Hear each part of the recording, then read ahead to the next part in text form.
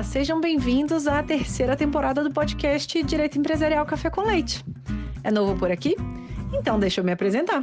Eu sou Amanda Taide, mineira na origem, com passagem em São Paulo e candanga de coração. Casada, mãe do Pedro de 4 anos. Pedro Ataide Rivera Piteu Maranhão. Do Lucas de 2 anos. Lucas lindo. Já é. E tutora do Vira-Lata Farofa. Sou professora doutora da Universidade de Brasília, UNB, dos cursos de Direito Empresarial, Concorrência, Comércio Internacional e Compliance. E esse é um podcast idealizado e planejado para as turmas da graduação em Direito Empresarial na UNB, nas disciplinas de Direito Comercial 1. A cada aula, um novo episódio sincroniza com o tema daquele dia.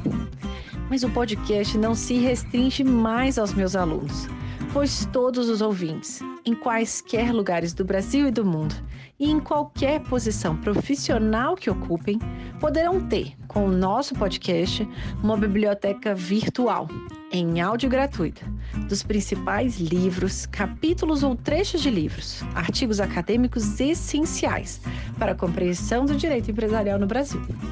Eu estou muito animada para tomar a próxima xícara de café com leite com vocês. Bora comigo? A nossa xícara de café com leite de Direito Empresarial de hoje vai tratar de um livro muito importante e interessante, que é intitulado Medidas Defensivas na Tomada de Controle de Companhias, de autoria de João Pedro Nascimento. E para isso a gente vai ter a alegria de contar com a participação do próprio autor, o professor João Pedro Nascimento. João Pedro é doutor e mestre em Direito Comercial pela Faculdade de Direito de São Paulo, na USP, pós-graduado em Direito Empresarial, com concentração em Direito Societário e Mercados de Capitais pela FGV Rio, graduado em Direito pela PUC Rio, professor dos cursos de graduação e pós-graduação da FGV Rio, membro da Comissão Especial de Direito Societário da UAB Federal, autor de livros como Medidas Defensivas à Tomada de Controle de Companhias, Assembleias Digitais e outros reflexos da tecnologia nas assembleias de sociedades anônimas, e de uma série de artigos em obras coletivas e revistas especializadas. O João Pedro é sócio do JPM Advogados e recentemente foi indicado e aprovado para ser o novo presidente da Comissão de Valores Mobiliários da CVM, com mandato iniciando agora em julho. Então, é uma alegria enorme tê-lo aqui, professor João Pedro. Muito obrigado por ter aceitado o convite para participar do nosso podcast, por apresentar, de um modo simples, curto e gostoso, esse tema das medidas defensivas na tomada de controle de companhias. Obrigado pelo convite, professora Amanda. Queria aproveitar aqui e mandar um abraço a todos os ouvintes do seu podcast. Queria aproveitar para lhe parabenizar aí pelo seu podcast, que é realmente gostoso de ouvir. E quebrando aqui um pouco o protocolo e invertendo, já que você comentou aí sobre a minha nomeação à presidência da CVM, eu já vou começar com uma inversão que eu quero recomendar aqui, o seu Manual dos Acordos de Leniência no Brasil, que dentre as muitas esferas administrativas cobre também aí os nossos termos de compromisso da CVM. E aí eu queria te parabenizar e dizer que eu estou lendo com muito carinho. Obrigado pelo livro. Muito obrigada pelas palavras. Eu espero que a gente possa aí ter uma série de debates para aprimorar os acordos na CVM, e é a segunda vez que eu recebo essa chamada de eu ser entrevistada no meu próprio podcast, então está ficando difícil para eu fugir dessa. Vou tentar resolver isso agora para essa terceira temporada. Então, vamos tentar, gosto sempre de começar entendendo, né, de onde que surge a ideia, a inquietação para escrever um livro. Quando a gente vê a obra pronta, parece simples, indolor. E a gente que escreve algo academicamente sabe que nada disso é indolor. Como que foi? O que resultou, né? De onde que surgiu essa inquietação sobre esse tema? Legal.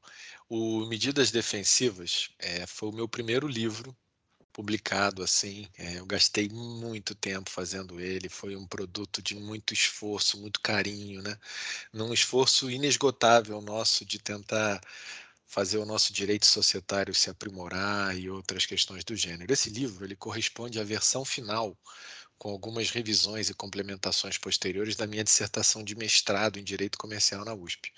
A primeira edição foi publicada pela editora Quartier Latin em 2011, e acabou que o livro teve uma ótima aceitação no mercado, ele meio que se tornou esgotado, e aí, por conta disso, em 2019, a gente trabalhou pela mesma editora em uma segunda edição, revista ampliada e atualizada, e esse é um tema em constante ebulição, então se daqui a pouco a gente se propuser a fazer uma terceira edição, pode ter certeza que ainda haverá novidades aí a serem tratadas.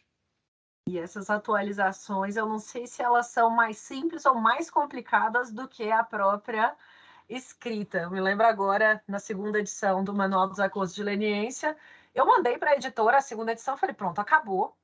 Uma semana depois, o Banco Central publicou uma nova portaria sobre acordos de leniência. Eu falei, não é possível que isso vai acontecer. E eu falei, beleza, tudo bem, me faz necessidade de publicar a terceira edição, né? Então, para a gente começar do começo, para entender um pouquinho sobre o pano de fundo da sua pesquisa. Qual que é o conceito de poder de controle? Né? De que modo que o conceito de poder de controle que é definido pela Lei de Sociedades Anônimas no Brasil, ele é mais restrito do que aquele proposto pela doutrina, como a doutrina estrangeira de Berlim-Mins e na doutrina nacional, sobretudo do professor Fábio Conder Comparato. Legal. A compreensão adequada sobre o poder de controle é fundamental para as discussões sobre, de um lado, as tomadas de controle e, de outro lado, as medidas defensivas existentes para proteger as companhias de tomadas de controle realizadas de maneira hostil. No livro, eu faço uma abordagem da tipologia do poder de controle, explicando, com base nas lições do professor Comparato, a existência das noções de controle interno e de controle externo. Dentro da lógica de controle interno, a gente aborda todos os formatos e subdivisões que dão origem aos modelos de controle quase totalitário, controle majoritário, controle minoritário e controle gerencial. A partir desses conceitos acadêmicos, eu proponho uma conciliação dessas classificações com as noções de controle concentrado e controle difuso constantes da autorregulação da B3, tá? E aqui é importante a gente esclarecer, já pensando no tema central do livro, que a existência da dispersão acionária é uma premissa essencial para a tomada de controle.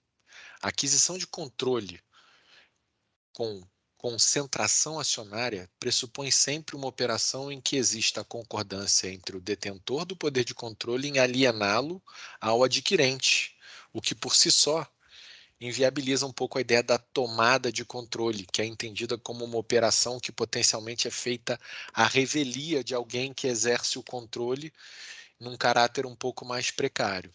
Então, a gente pode falar, por exemplo, em uma escala decrescente de estabilidade e de concentração do poder de controle nas sociedades anônimas, pensando que é mais estável o controle totalitário, depois o controle majoritário, depois o minoritário, depois o gerencial, por último o externo. E eu costumo dizer que as companhias suscetíveis ao risco da tomada de controle são as companhias organizadas com controle minoritário, controle gerencial ou, conforme o caso, controle externo, que são os cenários de dispersão acionária. Interessante demais essa interface, né, entre a doutrina clássica do professor Fábio Conder Comparato com essa visão, né, de quando que acontece essa tomada de controle. Então, a gente entendendo qual é o conceito de poder de controle que você utilizou na sua pesquisa e que a tomada de controle, ela pressupõe essa dispersão acionária, né? Quais que são as causas e quais que são as formas possíveis de implementação dessa tomada de controle? Quando que uma tomada de controle é considerada hostil? Ou quando que ela não é assim considerada? Muito boa pergunta, professora Amanda, e que demonstra aqui, me deixa muito orgulhoso e honrado, que você já teve a oportunidade de ler algumas páginas do meu livro, né? Que o poder de controle ele não é estático, ele está sempre suscetível a alterações, a modificações. A aquisição do poder de controle ela pode acontecer de diversas maneiras. Pode acontecer de forma voluntária ou involuntária, de forma originária ou derivada, a partir de uma operação isolada, a partir de várias operações coordenadas que conjuntamente consideradas conduzem a uma aquisição de controle. Pode acontecer de maneira amigável ou hostil, e a gente trata de todas essas distinções no livro, tá? Existe inúmeros métodos disponíveis para aquisição do poder de controle, tá? Dentre os quais eu gosto de destacar a compra e venda negociada de ações em número suficiente para adquirir o controle, que é uma operação clássica de negociação em que o controle é concentrado e tem alguém que está vendendo o controle. Eu gosto de falar da escalada acionária, gosto de falar de estruturas de cessão do controle externo, gosto de falar de subscrição de ação, gosto de falar de contratos de organização do controle e gosto de falar da oferta pública de aquisição de controle. Quando a gente fala em aquisição de controle realizada de forma amigável ou hostil, é importante a gente sempre pensar assim, que as operações consideradas amigáveis são aquelas que são realizadas com o consentimento dos administradores ou de determinados acionistas ou grupos de acionistas, que a despeito de não terem a maioria das ações votantes da companhia, exercem o poder de controle em relação à companhia, num daqueles formatos que a gente falou antes, do controle minoritário, do controle gerencial ou até mesmo do controle externo. Na maioria dos casos em que a aquisição de controle é feita de maneira amigável, ela se implementa por meio de uma operação negociada, em que as partes vão celebrar os contratos de compra e venda de ações, eventualmente um contrato de subscrição, em que o adquirente está comprando ou subscrevendo uma quantidade de ações que é capaz de assegurar para ele o controle em relação à companhia-alvo. Tá? Quando existe uma resistência, seja por parte da administração ou por parte desse grupo de acionistas que, a despeito de não serem titulares da maioria das ações com direito a voto, exercem o poder de controle em relação da companhia, aí a gente começa a falar um pouco das operações realizadas de maneira hostil. Tá? Porque quando o terceiro está interessado em comprar o controle e mantém esse propósito, mesmo com a resistência do sujeito que exerce o poder de controle numa estrutura minoritária, gerencial ou até mesmo de controle externo, tem uma série de mecanismos que se prestam eficientemente à ferramenta do takeover hostil. Né?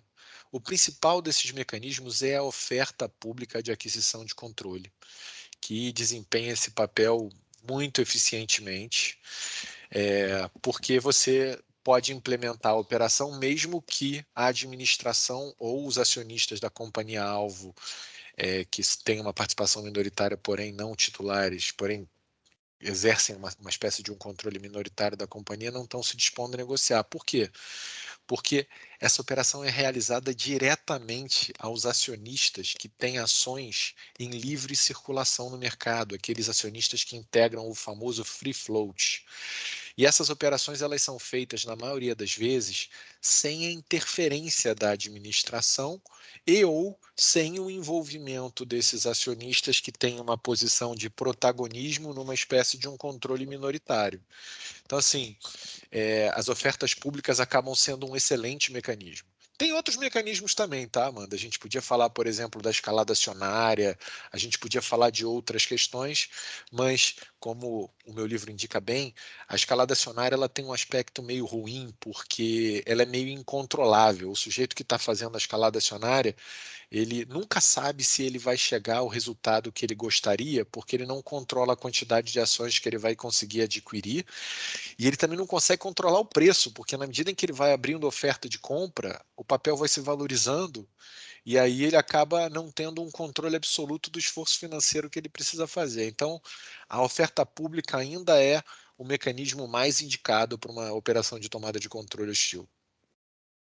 E aí a gente está falando, então, de tomada de controle hostil. E isso traz a questão da hostilidade, né? A gente viu um caso recente, essa discussão recente do Elon Musk. A gente não vai entrar no caso aqui, a gente está falando do livro, né? Mas só para a gente ter uma situação muito concreta, né? Que tomou os noticiários, assim.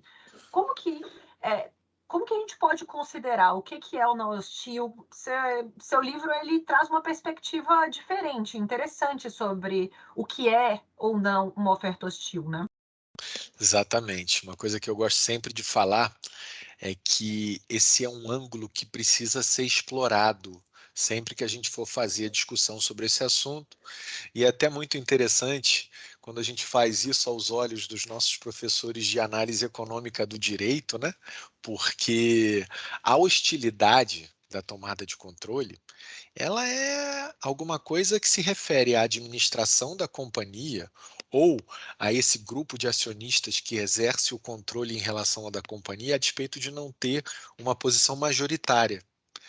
Em relação a eles, essa oferta vai sempre ser hostil. Por quê? Porque, embora eles não possuam a maioria das ações com direito a voto, eles exercem o poder de controle em relação à companhia e a hostilidade vai tirar deles essa posição de conforto. Agora, essa hostilidade ela sempre precisa ser vista e ela muda conforme a perspectiva que a gente vem a abordar o assunto. Aos olhos da companhia em si e aos olhos da pluralidade dos acionistas que estão espalhados no mercado, é sempre importante a gente lembrar que as ofertas públicas serão amigáveis. Pensa que para essas pessoas eu tenho alguém abrindo uma oportunidade de venda das suas ações, de transformar um ativo ilíquido num ativo líquido. Então, assim, geralmente essas pessoas encaram com receptividade a existência desses movimentos, porque eles geram valorização das ações, eles geram interesse do mercado, eles geram oportunidades de venda. Então, assim, é realmente muito boa a tua pergunta, que eu aproveito para tomar um café aqui, em homenagem ao teu podcast aí.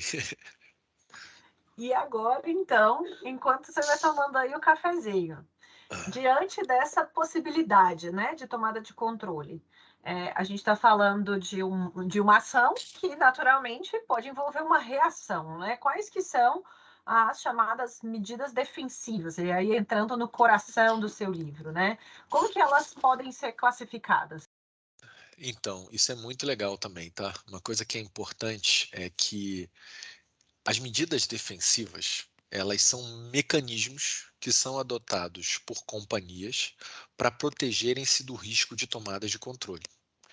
Eu acho sempre interessante a gente pensar que elas são recomendáveis para casos específicos. Então, a gente tem que pensar, por exemplo, se a companhia que está adotando aquela medida efetivamente está exposta ao risco, se aquela proteção é uma proteção que vai gerar o efeito pretendido. No Brasil, é muito comum a gente ver assim, o uso de referências equivocadas à expressão poison pill, tal como se poison pill fosse um sinônimo genérico aplicável a todas e quaisquer espécies de medidas defensivas contra takeovers hostis. Está errado. Na realidade, a poison pill é apenas uma espécie, talvez a mais famosa, dos gêneros das medidas defensivas, takeover defenses, que são também conhecidas como medidas afasta-tubarão, shark repellents, ou medidas porco-espinho, porcupine provisions. Tá? Essa expressão em português, medidas defensivas, eu vi pela primeira vez em Portugal, em 2006, em um livro esqueci, Luiz Menezes de Leitão, e aí eu comecei a adotar ela aqui no Brasil e acabou pegando.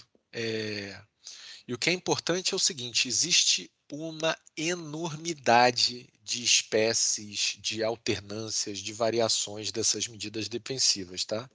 A criatividade da comunidade jurídica, dos agentes de mercado, dos empresários em geral, é capaz de conceber assim inúmeras formas, tá? Desde que respeitada a legislação aplicável. E aqui também cabe um ponto, tá? No Brasil a gente faz umas importações que são exageradas, né? O Brasil é um país maravilhoso, que tem seu idioma, que tem a sua própria cultura. Então a gente tem que sempre olhar essas questões dentro da nossa brasilidade. Vamos criar as nossas próprias questões nacionais aqui e ter cuidado na hora que a gente importa essas influências estrangeiras, que são bem-vindas, desde que adaptadas à realidade brasileira, tá? Mas o que é curioso, que a experiência prática, ela acabou apropriando nomenclaturas muito engraçadas para várias dessas espécies de medidas defensivas. E geralmente os alunos da faculdade adoram os nomes Pac-Man Defense, Lobster Trap, Crown Jewel, White Knight, são nomes assim em inglês, que até eu fico brincando que a gente deveria tentar encontrar um contraponto para eles em português, né? Mas é porque eles foram originalmente concebidos lá fora. Mas a brincadeira aqui é a seguinte, tá? Se a gente for olhar para as medidas defensivas, querendo fazer um apuro técnico, conceitual do entendimento das medidas defensivas, eu acho que a gente tinha que começar a catalogar ela dentro de alguns critérios, e é um pouco do que eu proponho no livro, né? O primeiro critério é o critério do momento em que elas são estabelecidas ou praticadas, e aí as medidas defensivas podem ser divididas entre preventivas ou posteriores. O segundo critério é em relação à natureza jurídica dos instrumentos que são utilizados para estabelecer a medida defensiva. E aí elas podem ser estatutárias, contratuais ou institucionais. Em relação ao fato de elas serem preventivas ou posteriores, tem uma relação muito importante até na definição da responsabilidade dos administradores na adoção dessas medidas. Pensa assim, uma medida defensiva preventiva é aquela que existe antes do anúncio público, seja por meio de um edital de oferta pública, seja por meio de uma convocação para uma assembleia ou alguma coisa do gênero, antes da efetiva existência da tentativa de tomada de controle. Por isso que ela é preventiva. Essas, geralmente, elas expõem, por exemplo, a administração, quando tenta estabelecer uma defesa, a um risco de ser responsabilizada mais baixo do que as posteriores, que são aquelas que são criadas ou adotadas depois da existência da tentativa. Em relação ao fato das medidas serem estatutárias, contratuais ou institucionais, é interessante que a estatutária é aquela que é criada por meio de uma provisão do estatuto, como são, por exemplo, os casos das cláusulas de proteção à dispersão acionária no Brasil, as cláusulas que limitam o número de votos, agora o voto plural, né, que não está tratado ainda no meu livro, porque na época que foi feita a segunda edição, ele ainda não havia sido editado. Olha, a terceira edição vindo, hein? Pior que vai ter que, um dia eu vou ter que ajustar isso, não tem jeito. Mas a brincadeira é a seguinte, as estatutárias são essas. As contratuais são aquelas que decorrem de um contrato, como, por exemplo, um contrato de endividamento que tenha uma regra de que, em caso de transferência do controle, a dívida se vence antecipadamente, não deixa de ser uma defesa em favor das pessoas que exercem o controle da companhia. E as institucionais, eu novamente faço referência aqui ao comparato, que são estruturas institucionais, como o próprio livro do Poder de Controle fala, né, que são as estruturas piramidais, o trust, a criação de condomínios e outras medidas, a criação de holdings e outras medidas do gênero. Estou correndo, Amanda, se eu estiver sendo muito rápido, que eu estou tentando fazer com que a experiência dos nossos ouvintes seja positiva. Estou imaginando como é que eu faço quando eu estou, às vezes, dirigindo e escutando o podcast aqui. Tá dando para ouvir, espero que para todo mundo esteja também, mas de minha parte está tudo certo. Então, para a gente entender um pouquinho, você mencionando, né, sobre essa classificação, você falou, por exemplo, né, da diferenciação entre preventivas e posteriores e da possibilidade de responsabilização dos administradores. E isso já me traz uma próxima pergunta, né? Quem, então, que adota essas medidas defensivas, né? É a administração? Se não for a administração, quem adota? Já que, mais uma vez, a gente já viu a questão da hostilidade depende do ponto de vista, né? Quais são os trâmites aí que têm que ser seguidos por quem for adotar essas medidas defensivas? Mais uma pergunta maravilhosa, tá? Que é importante e que eu gostaria de responder remetendo a um capítulo específico do meu livro, em que eu falo dos poderes e deveres da administração em relação às medidas defensivas, né? Os estudos do direito societário comparado, eles basicamente revelam a existência de dois modelos básicos que podem ser utilizados na proteção contra as tomadas de controle, tá? Essa distinção entre esses dois modelos, ela decorre de um aspecto que é realmente muito importante, que é o poder-dever decisório de quem é que tem o poder-dever de decidir sobre a tentativa de tomada de controle, a proposta formulada e a defesa a ser estabelecida. De um lado, os acionistas da companhia-alvo, de outro lado, os órgãos de administração. O primeiro modelo aloca o poder-dever decisório nas mãos dos acionistas e mantém os membros da administração completamente afastados da decisão, tá? E o segundo modelo atribui um super protagonismo para a administração decidir sobre essas questões. Quando a gente fala desses modelos na doutrina internacional, a gente sempre vai para um contraponto entre Estados Unidos e Inglaterra. Nos Estados Unidos existe uma superalocação do poder-dever na figura dos administradores, né? E aqui também tem uma coisa muito legal que a gente pode encontrar num livro maravilhoso, que é o The Anatomy of Corporate Law, que agora a gente tem a nossa brasileiríssima Mariana Pargendler aí na 3ª edição, minha amiga, que eu cumprimento com muito orgulho, que nos representa maravilhosamente na doutrina estrangeira. E, cara, o que eu acho bacana é que ele fala dos modelos que são board-centered e dos modelos que são shareholder-centered, né? Então, por exemplo, o modelo americano é management-centered ou board-centered, que assim tem muito poder alocado à administração. O modelo inglês, por exemplo, é shareholder-centered. E tem uma explicação para isso. No meu livro a gente fala até um pouco de direito comunitário europeu, sobre board neutrality e sobre o breakthrough rules, que são duas questões que estão lá na regra do direito comunitário, de quando é que a administração pode se envolver, quando é que ela tem que se manter neutra, etc. E aqui é uma questão importante, né? As pessoas ficam sempre tentando entender. Bom, e o Brasil? Aí, se a gente tivesse que pensar no Brasil assim, a oferta pública de aquisição de ações, ela é uma proposta que é formulada pelo ofertante para a pluralidade dos acionistas da companhia-alvo. Por essa razão, naturalmente, a expectativa é que a decisão para aceitar ou rejeitar a oferta pública seja dos acionistas, tá? Só que, assim, tem muitas situações em que a companhia-alvo está protegida por medidas defensivas contra tomadas de controle hostis, e isso faz super sentido, especialmente nas companhias abertas com dispersão acionária. E aí você acaba atribuindo para a administração um poder para, de fato, permitir ou impedir, recomendar ou não recomendar que os acionistas da companhia-alvo aceitem ou rejeitem a oferta pública, tá? Então, assim, é como se a administração exercesse um exame preliminar em relação à oferta. Como consequência dessas medidas, acaba que a administração acaba influenciando nessa decisão final, tá? Aí tem uma discussão também assim, né, que eu gosto sempre de falar para os meus alunos da graduação, né? Entre o branco e o preto existem inúmeros tons de cinza. Então, assim, entre a administração não fazer nada e ela fazer tudo, tem várias posições de meio de caminho. O que é importante é justamente a gente entender o seguinte: a administração ela não pode se manter absolutamente inerte, porque a rigor ela deveria buscar para a pluralidade dos acionistas a melhor oferta possível para que ela consiga obter para os acionistas a venda pelo valor mais vantajoso. De outro lado, a administração não pode agir unilateralmente para impedir que o ofertante tenha êxito na oferta. E se ela fizer isso, a gente vai estar provavelmente lidando com uma das discussões que a gente chama de entrincheiramento da administração, que adota vários arsenais defensivos e fica confortável na sua posição dentro da companhia. O que eu queria dizer aqui? O propósito não é proibir que a administração adote alguma medida defensiva, tá?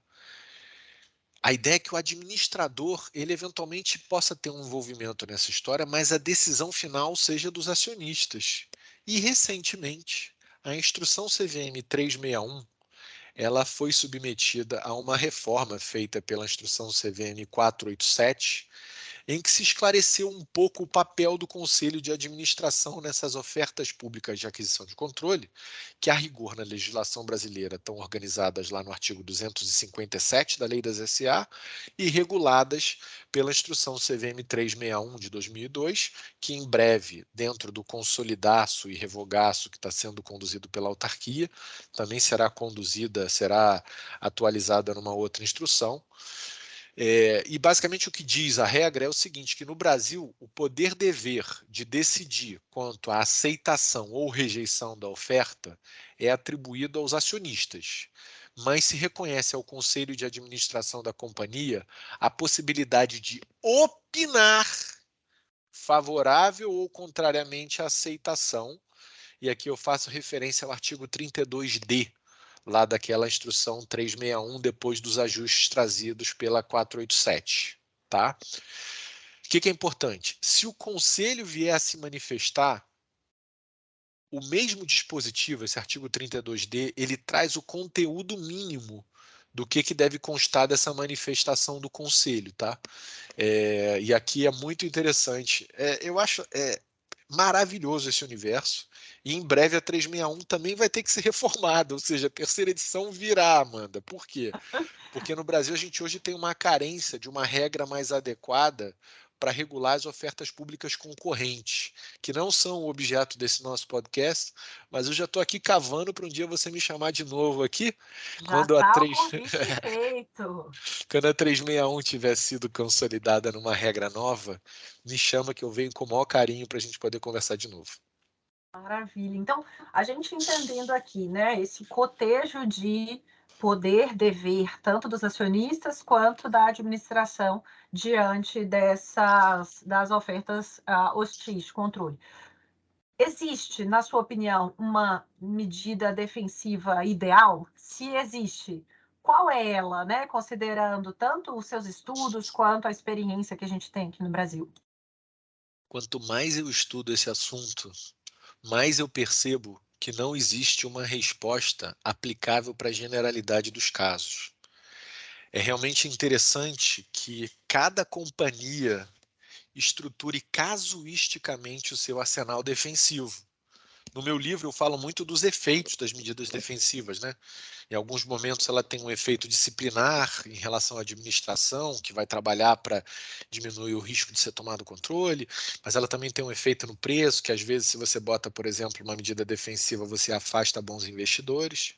E o que eu queria dizer para você? O que na prática eu tenho aprendido e visto, tá? A medida defensiva ela tem que funcionar como um elemento capaz de estruturar a proteção contra a tomada de controle, mas nunca deveria impedir totalmente a possibilidade da mudança do controle, naquilo que seria uma restrição completa e intransponível ao movimento de transferência de controle. Se a gente fosse, por exemplo, olhar na doutrina americana, tem um precedente que é o caso Moran versus Household, que é um caso que discute justamente assim, os limites para a adoção das medidas defensivas, e naquele julgado, essa questão da medida ser intransponível é uma coisa que foi muitas vezes criticada. É importante que a gente possa transpor a defesa, tá? Então, assim, idealmente, as medidas defensivas elas deviam funcionar como um instrumento de coordenação do processo negocial. E aqui eu queria de novo fazer referência às nossas aulas de análise econômica do direito, né? Pensa assim, a pluralidade dos acionistas que integram o free float e que são os destinatários de uma oferta pública de aquisição de controle, ou são os potenciais aceitantes de operações de compra no contexto de uma escalada acionária, eles individualmente considerados, eles não têm um poder de barganha forte o suficiente para poder negociar com o proponente, com o ofertante, uma melhor condição negocial. Nessa história, a existência de uma medida defensiva, especialmente quando ela envolve, por exemplo, o conselho coordenando isso tudo, ela tem um papel de coordenar esses agentes que coletivamente são muito fortes, mas que individualmente são muito fracos.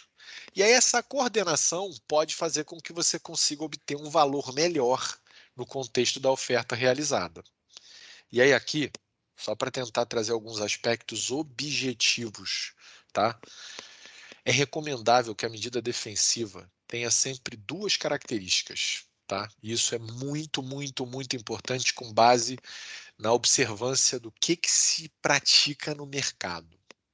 A primeira característica é a característica do gatilho, que assim, é como se a medida defensiva existisse, mas ela só vai ser engatilhada se de fato houver uma tentativa de tomada de controle, qualquer que seja o parâmetro para se reputar o que é uma tomada de controle. E a segunda característica é a possibilidade de desarme, tá?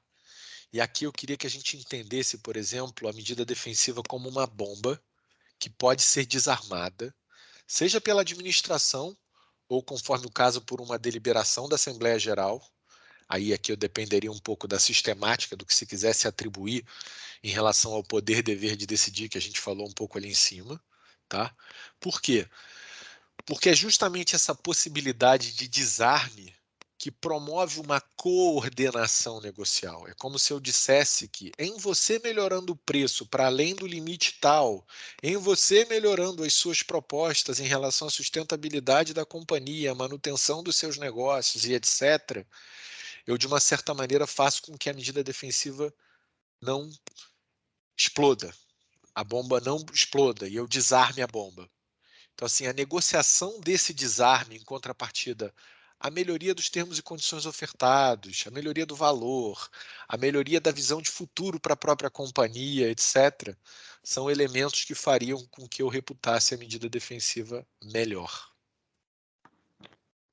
Interessantíssimo. Agora deu para entender seu livro, deu para entender por que você, mesmo depois de alguns anos, continua falando com tanta paixão sobre o tema, porque, de fato, é um tema, né, cheio de meandros, cheio de dificuldades e cheio de, né, possibilidades aqui para os usuários, né, para as empresas, para os nossos ouvintes aqui que atuam em direito empresarial. Então, para a gente começar a caminhar agora para o final, uma pergunta específica dessa terceira temporada, a gente, quando vê, você mencionou, por exemplo, a professora Mariana Pargentler, que vem nessa temporada comentar justamente sobre o livro Anatomia do Direito Societário, a gente vai ter Chico Musnick também, então, uma série de pessoas, a gente teve da CVM também o Alexandre Costa Rangel, e quando a gente vê, então, né, essas pessoas, e né, especialmente a gente, quando está na graduação, a gente fala, poxa, essa pessoa nunca errou na vida, nunca não conseguiu, sempre conseguiu tudo o que quis, né? Então, queria que você comentasse com a gente alguma coisa que você queria muito e que deu errado, algo que você achou que ia dar muito certo e que não foi conforme planejado, e como que isso, né, te moldou, como que isso te ajudou a trilhar esse caminho que você percorreu, servindo aí de inspiração, alento, reflexão para os nossos ouvintes e alunos da graduação. Legal, mais uma pergunta muito bacana, que me faz lembrar um pouco de uma atividade que a FGV promovia no passado, que era o lawyering, quando ela chamava um profissional sênior para falar um pouco da carreira dele e um pouco das experiências pessoais vividas por ele.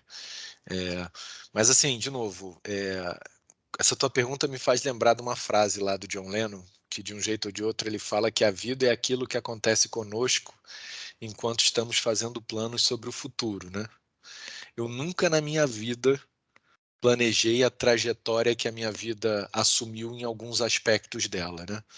Eu primeiro comecei a estagiar no escritório do professor Luiz Roberto Barroso, que hoje nos honra como ministro do nosso Supremo, e lá eu, enfim, tive muito prazer de trabalhar com direito público, etc., mas eu percebi que não era muito a minha praia. E aí eu fui morar nos Estados Unidos, fui fazer um curso. Quando eu voltei, eu fui para o BMA. Cheguei no BMA com 19 para 20 anos, fiquei no BMA por 10 anos. E quando eu tinha 30 anos, eu trabalhei numa operação, conheci um pessoal, etc. E, enfim, eu trabalhava lá há muitos anos e a vida me apresentou uma oportunidade que naquele momento parecia maravilhosa, trabalhar com Ike Batista. Até ali eu nunca tinha pensado assim, em trabalhar como advogado interno de nenhuma empresa, tá? Essa figura do in-house lawyer ou do advogado executivo não era muito para mim, né? Eu tinha muito esse lado mais acadêmico, então eu era muito mais inclinado para a vida de escritório de advocacia, para a vida de ser professor. Eu já era professor da Fundação Getúlio Vargas há um tempo, já tinha feito mestrado, etc. Só que naquela ocasião a proposta que eu recebi era financeiramente muito atraente e era um momento da minha vida em que dinheiro era muito importante, porque eu e minha mulher a gente estava esperando o nosso primeiro filho, ganhar um pouco mais de grana naquele momento anteciparia alguns objetivos de vida, então fazia sentido. E eu fui para lá muito acreditando na questão do dinheiro, tá? O que me moveu para esse movimento foi uma proposta financeira realmente irrecusável. Só que chegando lá, as pessoas sabem, o Grupo X acabou tendo vários desdobramentos diferentes do que se imaginava, viver aquilo de dentro ali foi um misto de muitos sentimentos, algumas alegrias, muitas decepções, etc. Mas eu tive a oportunidade de evoluir muito. E assim, eu mudei muito meus pontos de vista, né? Até então eu era um advogado que olhava para as questões de uma forma muito teórica, um pouco mais fria, né? como a experiência de ser um advogado que sempre trabalhou em escritório. Eu acho assim que passar por dentro de uma empresa foi um diferencial na minha carreira, tá? Olhar para a rotina de um grande grupo societário, viver ele por dentro, participar das operações, das reorganizações societárias, depois ver a integração do ativo adquirido dentro da companhia. Assim, foi uma experiência única. Eu posso dizer que eu fui para lá buscando um objetivo, mas eu acabei encontrando vários outros objetivos.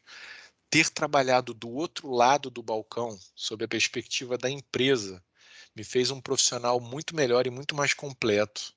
E essa é uma coisa que você não se compara aos outros, você se compara consigo mesmo.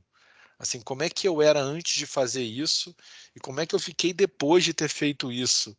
Eu acho que eu me tornei uma pessoa capaz de resolver as coisas de uma forma mais objetiva. Para mim foi muito bom, e me abriu uma porção de horizontes. Até curioso que nesse momento aí recente em que o Ministério da Economia promoveu esse processo de seleção para escolher quem seria o novo presidente da CVM, etc.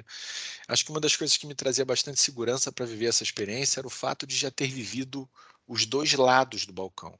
Ter vivido muitas experiências em grandes escritórios de advocacia. Eu trabalhei no BMA, depois eu trabalhei no Freitas Leite, trabalhei no Gustavo Padilha, montei o meu próprio escritório. Mas também ter vivido a oportunidade de trabalhar no lado corporativo, né? Trabalhei dentro do Grupo X, na época a gente tinha 6 companhias abertas, OGX, MPX, MMX, LLX, tinha 3 outras companhias abertas que na verdade não tinham atividade operacional, muitas operações de M&A. Então assim, acabou que isso me fez um profissional mais completo, eu tive uma oportunidade. Então é bem a tua pergunta, eu nunca imaginei que isso fosse acontecer comigo, mas eu sou muito grato a Deus aí por ter me oportunizado essa vivência aí de vida. Excelente, para a gente ver, né? Os estagiários se tornam presidentes, então a gente está aí com muita alegria. Aproveito para desejar um excelente mandato, ótima sorte para você também. Obrigado E pelo carinho. Toda vez que uma pessoa como você me faz um desejo como esse, só aumenta a minha responsabilidade de caprichar para poder honrar aí a confiança de tanta gente especial. tenho certeza que assim será. E para a gente já sabe que vai te ouvir aqui assim que atualizar a instrução da CVM, a próxima vez. Mas a gente quer saber também, quem que você quer ouvir? Quem que aí você olharia, receberia a notificação do Spotify ou do dispositivo de áudio que você use, falou, nossa, surgiu esse episódio, eu quero ouvir. Quem que está faltando ou quem que a gente tem que ouvir de novo para comentar algum outro livro, algum outro artigo que você goste muito? Bom, se eu tiver que recomendar algum autor ou alguma autora, a minha recomendação vai ser sempre o professor Erasmo Valadão Azevedo Novaes França. Ele é o mestre dos mestres, foi o meu orientando de vida, é uma pessoa maravilhosa, é alguém que, enfim, tem características muito únicas, né? A profundidade com que o professor Erasmo analisa os temas e o compromisso que ele tem de estabelecer conexões práticas para os aspectos teóricos que ele aborda faz com que os assuntos sobre os quais ele escreva sempre tenham um apelo muito grande para o mercado. Então, se eu tivesse que falar aqui, por exemplo, de 2 livros, eu citaria logo os 2 clássicos, né? O Conflito de Interesses nas Assembleias de SA, que é um livro que, enfim, muita gente já teve a oportunidade de ler, e o outro livro dele, que eu acho maravilhoso, que é o Invalidade e Deliberações das Assembleias das SAs. Tem também o livro dele sobre sociedade em comum, tem um livro recente sobre Assembleia de Credores, mas eu ficaria nesses 2 clássicos, que eu acho que todo aluno de graduação em algum momento deveria ter a oportunidade de ver. E eu ainda faço uma brincadeira aqui.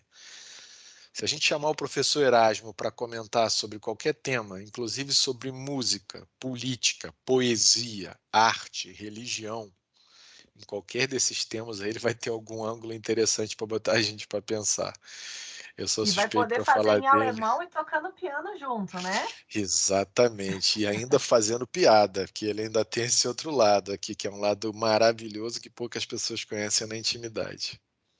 Muito bom. A gente terá o professor Erasmo agora na terceira temporada. Incontornável. Vou recuperar essa falha que estava aqui no nosso podcast, trazendo ele para comentar os livros. Então, acho que é isso, a gente conclui agora, então, professor João Pedro, muito obrigada pela sua presença, é uma alegria enorme ter a sua participação aqui, seu tempo concorridíssimo, como advogado, como presidente da CVM, para poder participar e apresentar esse tema, a sua obra, né? Eu acho que é sempre interessante isso, o impacto que uma obra acadêmica traz nas outras pessoas, e eu espero que com esse podcast a gente possa passar todos os seus anos de estudo a respeito desse tema e toda a sua experiência para as próximas gerações. Então, muitíssimo obrigada, um cafezinho muito gostoso tomado juntos, uma conexão aqui Brasília-Rio, muito boa, muito obrigada pela sua presença. Maravilha, eu também estou sempre em Brasília, em breve a gente vai estar fisicamente juntos, conte comigo nessa e em todas as outras iniciativas que você vier a desenvolver, tudo que for necessário para a gente aprimorar e desenvolver o direito societário, o direito empresarial, a regulação do mercado de capitais, eu apaixonadamente, você pode contar comigo sempre. Super obrigada. Valeu. Por fim, apenas para deixar claro, esse episódio foi gravado em 17 de maio de 2022, antes, portanto, da posse do professor João Pedro no cargo de presidente da CVM, neste momento de expectativa, portanto, pelo seu mandato. Muito obrigada.